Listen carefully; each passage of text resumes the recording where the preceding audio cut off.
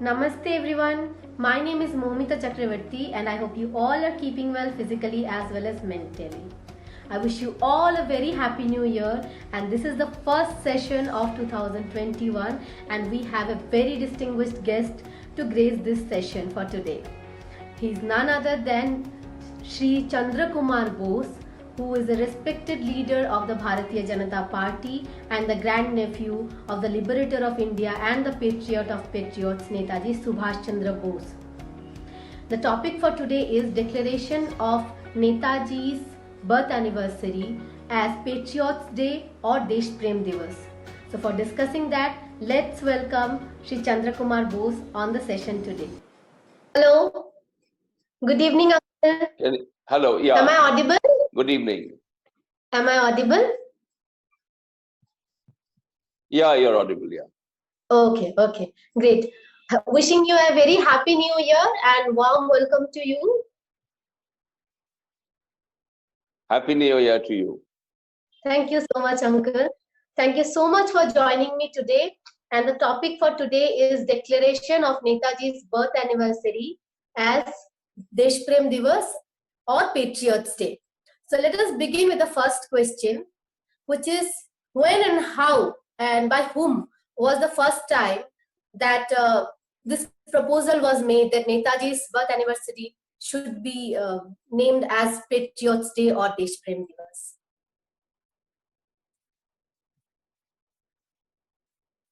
In order to understand the importance of naming and declaring 23rd January as DeshPrem Diwas or Patriots Day, we need to understand the historic background. You see, Mahatma Gandhi was addressed by Netaji Subhas Chandra Bose from Southeast Asia when Netaji was giving leadership to the Azad Hind Fauj to fight for India's freedom. He addressed Mahatma Gandhi as father of the nation. Mahatma Gandhi, in return, addressed Netaji Subhas Chandra Bose as patriot of patriots. So right after independence, the Bose family, my father Amionath Bose, along with other members, and the people of India. Also, I must mention certain political parties, Netaji's own established party for Forward Bloc, they all raised this demand to the Congress leadership, because Congress was now at that time governing, the central government was under the Congress regime. The appeal was that Netaji Subhas Chandra Bose is the liberator of India, as he fought the final battle for India's freedom with his Azad Hind Fauj in the frontiers of Imphal. Therefore, it is befitting to declare 23rd January as DeshPrem Diwas or Patriots Day. But it is very unfortunate that the Congress regime failed to declare 23rd January as DeshPrem Diwas or Patriots Day. But we are very hopeful that in 2021, 23rd January, which happens to be Netaji's 125th birth anniversary, we are sure that the NDA government, under the leadership of Narendra Modi ji, would declare 23rd January as Patriots Day or DeshPrem Diwas and give a befitting tribute to the liberator of India. Right. Uncle, the central government has decided to constitute a high-level committee headed by Honorable Home Minister Amit Shah ji to commemorate the 125th birth anniversary of Netaji. Are you a member of the same committee? And what are the works going on regarding this? Yes, I was informed and I feel honored that I have been made a member of this high-powered, high-level committee. In fact, we attended the first meeting about a fortnight back, in Delhi. It was chaired by the Honorable Minister of Culture, Shri Singh Patelji. But now I understand the next meeting would be chaired by the Honorable Minister of Home Affairs, Shri Amit Shahji. You see, in the first meeting, we submitted our proposal. In fact, the birthday celebrations would continue for a period of over 15 months. And many events would be held across the country. We would, of course, focus Eastern India and Northeastern states, Kolkata, Cuttack, and then Northeastern states, we would have programs at Imphal and Moirang. As you know, Moirang was the first place where the Azad Hind Force on the ground, defeated the British Army. This was on the 14th of April 1944, when Colonel Shaukat Ali Malik of the Azad Hind Force hoisted the Indian national flag on Indian soil after 200 years for the first time at Moirang. So this is a very eventful day, 14th of April. We want to have a big celebration in Moirang. 23rd January, we are planning to have a ceremony at the Victoria Memorial premises in Kolkata. There would be a museum set up, a photograph gallery. There would be a sound and light show also. At the I pray that the event goes successful. And we are also hopeful Narendra Modi ji would grace this occasion in Kolkata on 23rd January. Right. So actually, this high-level committee consists of how many members? And the members are from all over India or only from West Bengal? No, I think representation is there from the Bose family, from the bureaucracy, then they are from the armed forces, army veterans. Also, we have some INA veterans, part of the committee. They may not be able to attend all the meetings physically because they are all 100 years old, 100 years plus. But we would seek their advice as to how to conduct these programs. We have very, very senior bureaucrats attending the meeting. We have, in fact, requested the Ministry of Railways to also participate. We have made a lot of suggestions. And I must say that the discussion that we are having today about Patriots Day, I have actually impressed upon the central government that we should not fail to the Azad Hind Force, the martyrs of Subhas Chandra Bose, by failing to, declare 23rd January as DeshPrem Diwas. We must not fail on the 23rd of January 2021. It must be done, and I think it's already late. And we are absolutely sure that the government would not fail this time. Actually, DeshPrem Diwas or Patriots Day should be should have been declared long back. Actually, I don't understand the fact, and I also had this question in mind, that why is it still taking so much time to declare Netaji's birth anniversary? Because he is the liberator of India. It should have been done long back. Why is it still taking so much of time, according to you? You see, Netaji Subhas Chandra Bose is a gigantic personality. Absolutely. I don't really want to compare Netaji with other national icons. You see, all national icons have their contribution. They have their own place.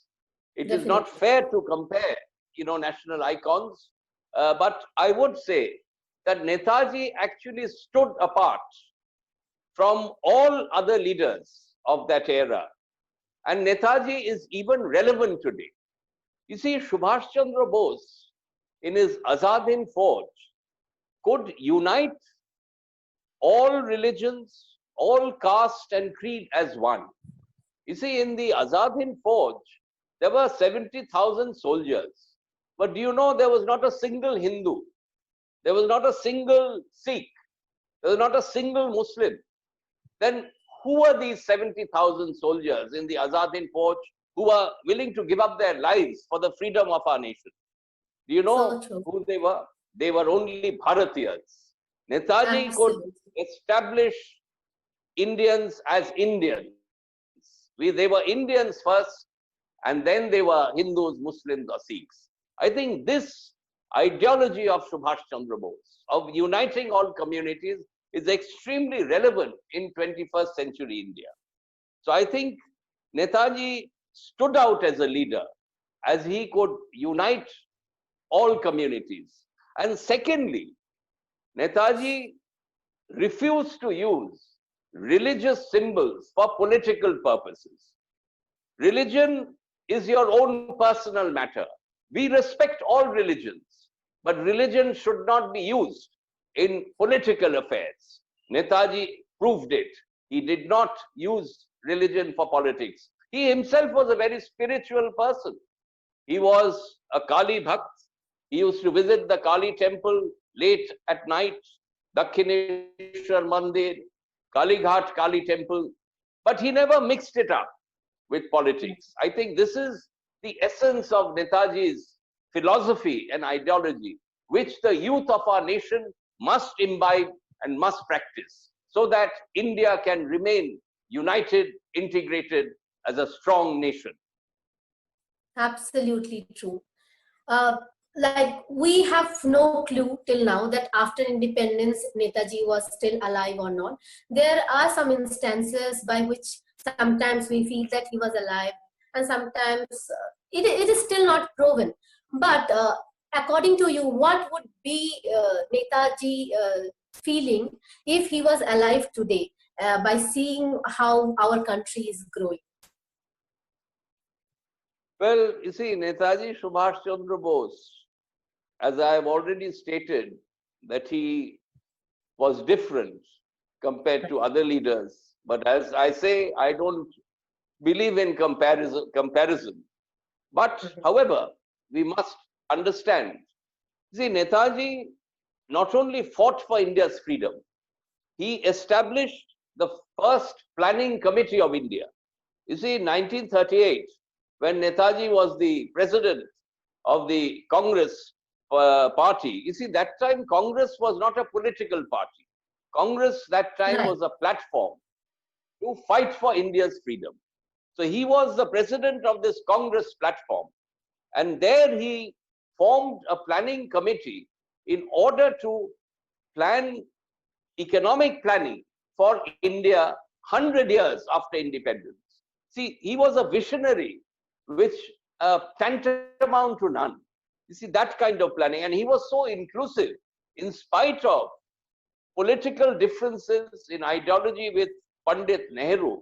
He made Nehru the chairman of the planning committee.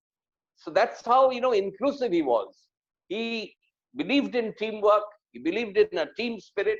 He gave leadership, all right. But he never really, there was no discrimination among his colleagues. He united all.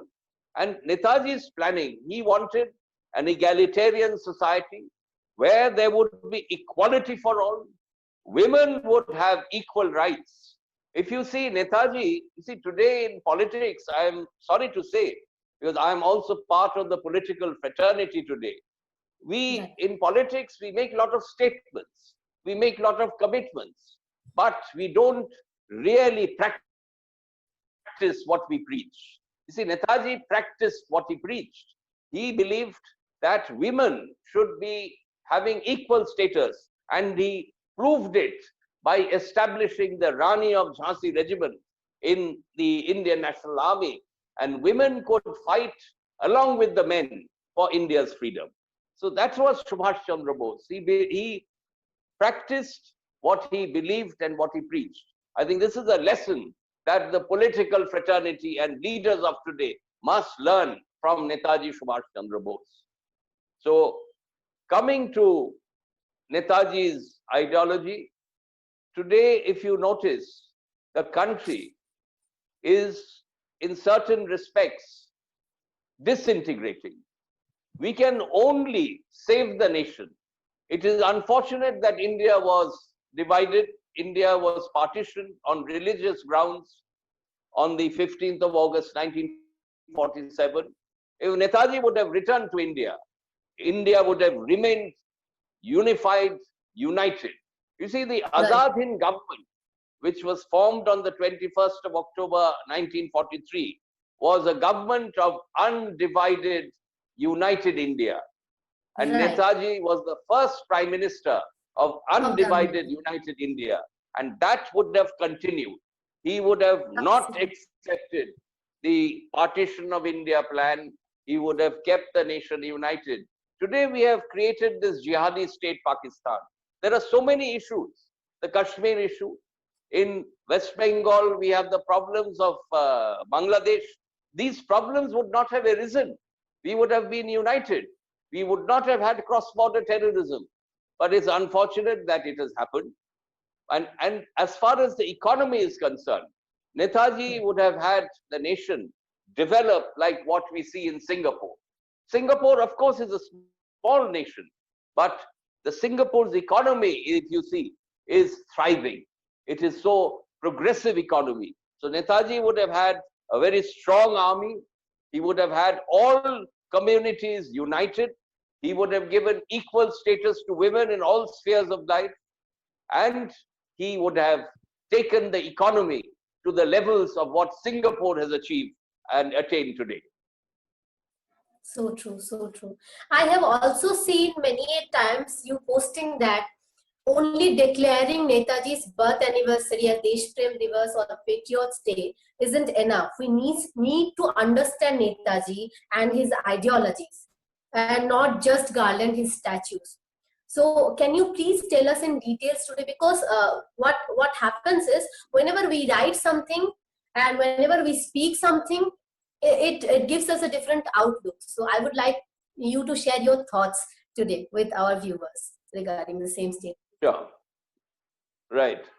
You see, the NDA government under the leadership of Narendra Modi ji has done quite a lot as far as giving tribute to the Indian National Army, to Subhas Chandra Bose, to the INA veterans.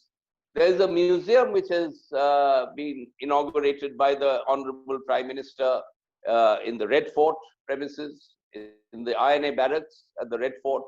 Then in Andaman and Nicobar Islands, the Honorable Prime Minister went there on the 30th of December 2018 and unfurled the tricolour from the same spot where the first Prime Minister, Netaji Subhas Chandra Bose, had hoisted the flag.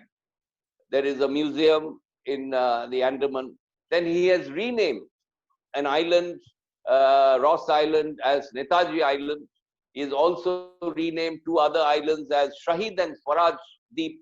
So you see, Subhas Chandra Bose, when he hoisted the flag at Andamans, this was on the 30th of December 1943, he had named these islands as Shahid and Swaraj Islands. So there was a demand that we should name those islands as Shahid Swaraj. Of course, we had said that the entire island should be named as Shahid and Swaraj, but that has not been possible. But two islands have been renamed as Shahid and Swaraj Islands. Then we are planning to have this museum in Calcutta at the Victoria Memorial. But you see, Subhas Chandra Bose, the personality that he had, cannot be kept within the four walls of a museum. So his personality, it is not that he was only the liberator of India. He was known as the hero of Asia. You see, he inspired all nations in Asia who were fighting against the British imperialist power. It is not my words. You see, Mamoru Shigemitsu, who was the foreign minister of Japan, he later on became the deputy prime minister of Japan. Mamoru had written to my father. You see, my father had sent a letter to Shigemitsu that I would like to come to Japan to meet you. This was in 1957. Now, it is unfortunate that Mamoru Shigemitsu passed away in 1957. My father did not have the opportunity to meet him personally, but Shigemitsu replied to my father's letter. He wrote, I have got the original letter with me. And he wrote with his own handwriting. You see, those days, personal letters used to be written with your own handwriting and not typed.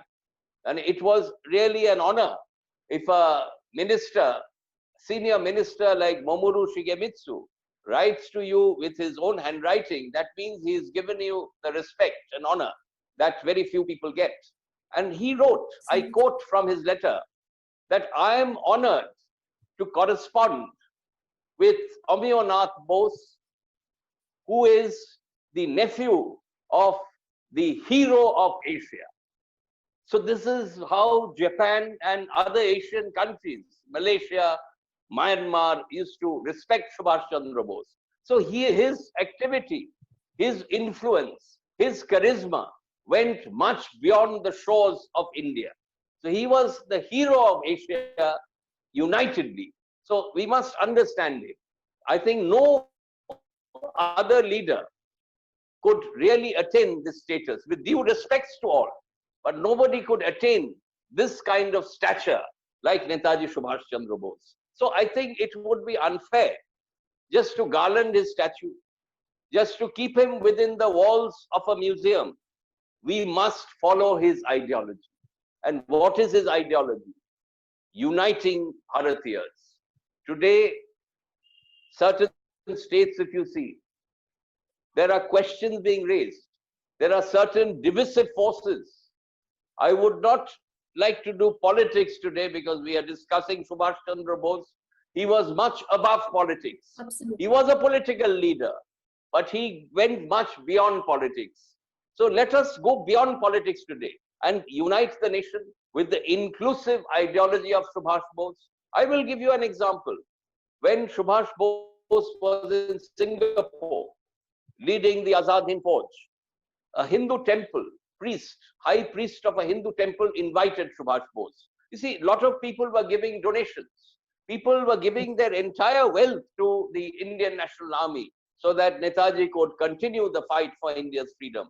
So this high priest of a Hindu temple invited Netaji that please come, I would like to give a donation to the Indian National Army. But please come with your Hindu officers only. This is what the priest had made a condition. You see, the kind of personality that Netaji had, he immediately sent a message to the high priest that I would certainly take your offer. I would come to your temple, but I would come there with my Bharatiya, Indian officers. I don't differentiate people by their religion. I only consider them as Bharatiyas. Do you know the history of this episode? The high priest agreed, and Subhas Chandra Bose marched into this Hindu temple with his Hindu, Muslim, and Sikh officers and accepted the donation. So this was Subhas Chandra Bose. We need to understand him in 21st century India. Our politicians need to understand him across political lines. That today, if we fail to follow Netaji's ideology, it would be impossible to keep India united. It would be impossible to keep an integrated India. India will fall apart. So let us unite. Let us keep Netaji as an idol in front of us and lead the nation to prosperity. Uncle, as we can see today, as we're discussing about Patriots Day, Netaji was the patriot of patriots. But do you feel that the youth of today, as I'm also a youth, I also fall into the same category. Do you feel that the youth today has some fear in their minds that they are very scared to join politics and lead in some way or the other? And also, do you feel that we are only celebrating this Independence Day, Republic Day for only one day, but in the true sense, we are lacking this patriotism in us? Because if we had done this, so many problems are going on. It should not have been to this level if we followed Netaji in the true sense, or there are many other nationalists or freedom fighters who had sacrificed their lives for us. Do you think that we are paying our true tributes to them, or we are only celebrating these days only for 1 day? For example, this Independence Day, Republic Day, like that. No, I think it is not correct to say that the youth of our nation, they don't have the patriotic zeal, or they don't have the emotion of, being part of our great nation. That is not correct. But you see, the basic attitude of people have changed over the years. There's nothing wrong in that. We have become more materialistic.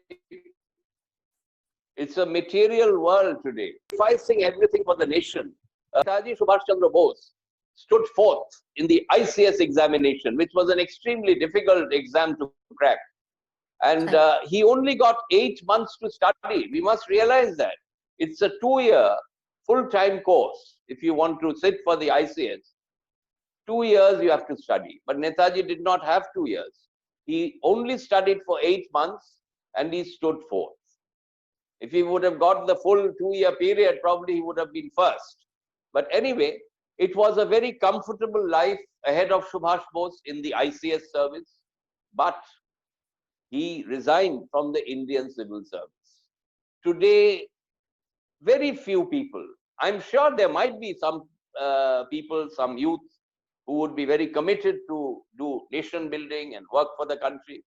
But suppose somebody passes the IAS examination, Indian Administrative Service examination is also a very stiff exam.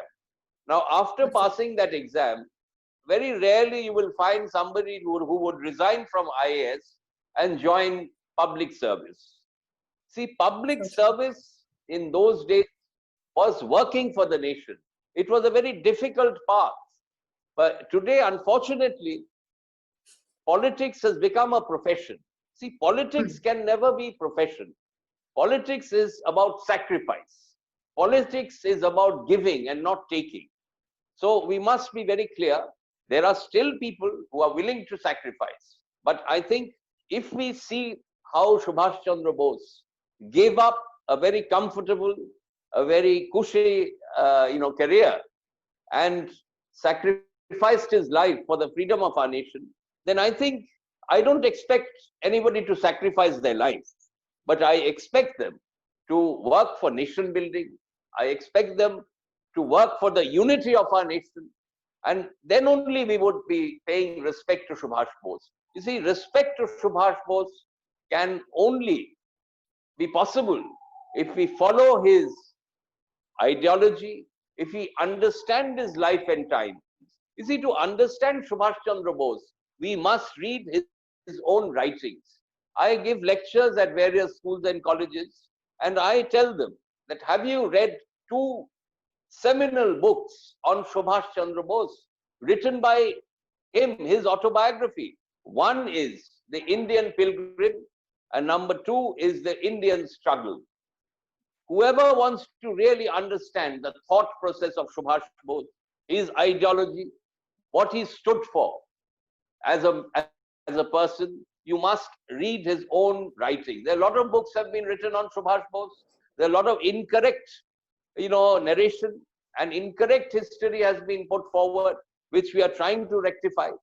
In fact, that is one of the issues that I've taken up with the central government, that the true history of India's freedom struggle must be documented and published and prescribed in the schools and colleges, right from 1857 onwards, from the Sepoy uprising of Mangal Pandey to 1947. We must rewrite the true history. I think work is being done, considered on that.